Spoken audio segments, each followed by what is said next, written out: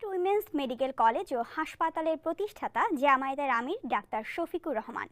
স্বাভাবিক দৃষ্টিকোণ থেকে তার এই প্রতিষ্ঠানের সুযোগ পাওয়ার কথা শুধুমাত্র নিজ দল বা ধর্মের লোকদের, কিন্তু সিলেট উইমেন্স মেডিকেল কলেজ ও হাসপাতালের চিত্র ভিন্ন।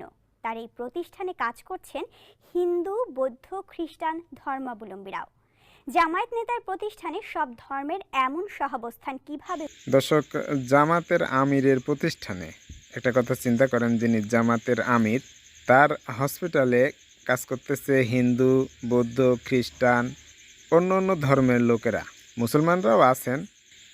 বাংলাদেশের প্রেক্ষাপটটা যদি আমরা দেখি, শেখ হাসিনার আমলে যদি কাউকে চাকরি দেওয়া হতো, মোটামুটি তার ডিএনএ টেস্ট করার পরেই সেই চাকরিটা তাকে পাইতে হতো।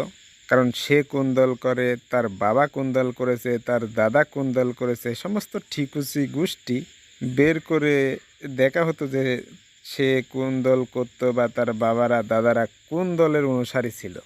সেই জায়গায় দাঁড়িয়ে ডক্টর শফিকুর রহমান তিনি ভিন্ন কাজ করতেছেন। এটা বাংলাদেশের সিচুয়েশনের সাথে খাপ খাচ্ছে না, একরকম মানাচ্ছে না। ডক্টর শফিকুর রহমানকে অনেক মানুষ আছে যারা চিনেনই না, সাধারণ মানুষ যারা আছেন। তিনি জামাতের আমির, তিনি হিন্দু, বৌদ্ধ, খ্রিস্টান সব ধর্মের মানুষকে কেন তার হসপিটালে চাকরি দিয়েছেন সেই বিষয়ে তিনি নিজেই বলেছেন।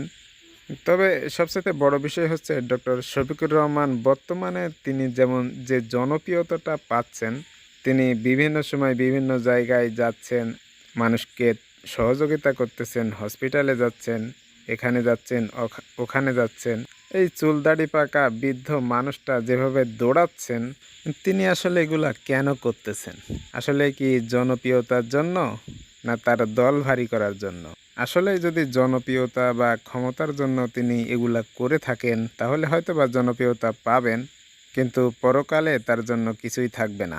আমার জানা মতে তিনি যেগুলা করতেছেন গত 5 তারিখের পর থেকে, এর আগে তো তাকে তেমন একটা দেখা যায়নি, কারণ জেলের ঘানি টানতে টানতে আর পালায়া থাকতে থাকতে তার দিন গেছে।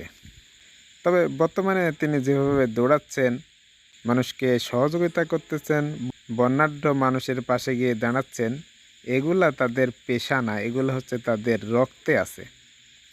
মুসলমানদের রক্তেই এটা আছে, এটা তারা কোনো কিছুর জন্য করে না। ব্যক্তিগতভাবে আমি কোনো দল করি না, কোনো দলের সমর্থনও করি না। আমি বাংলাদেশের রাজনীতি একেবারেই পছন্দ করি না। বেশ কয়েকবার ভোট দেওয়ার সুযোগ আমার হয়েছে, কিন্তু প্রার্থী নির্বাচন করতে পারিনি আমি। তবে এবার মনে হয় একটা ভোট দিতে পারবো।